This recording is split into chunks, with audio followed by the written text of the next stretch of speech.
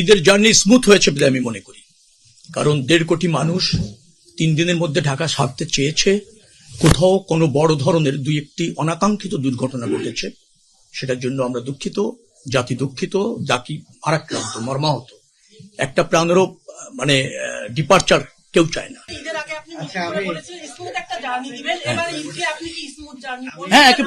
হ্যাঁ, মনে করছি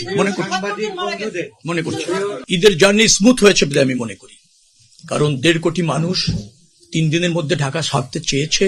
কোথাও কোনো বড় ধরনের 2-1টি অনাকাঙ্ক্ষিত দুর্ঘটনা ঘটেছে, সেটার জন্য আমরা দুঃখিত, জাতি দুঃখিত, জাতি ভারাক্রান্ত, মর্মাহত।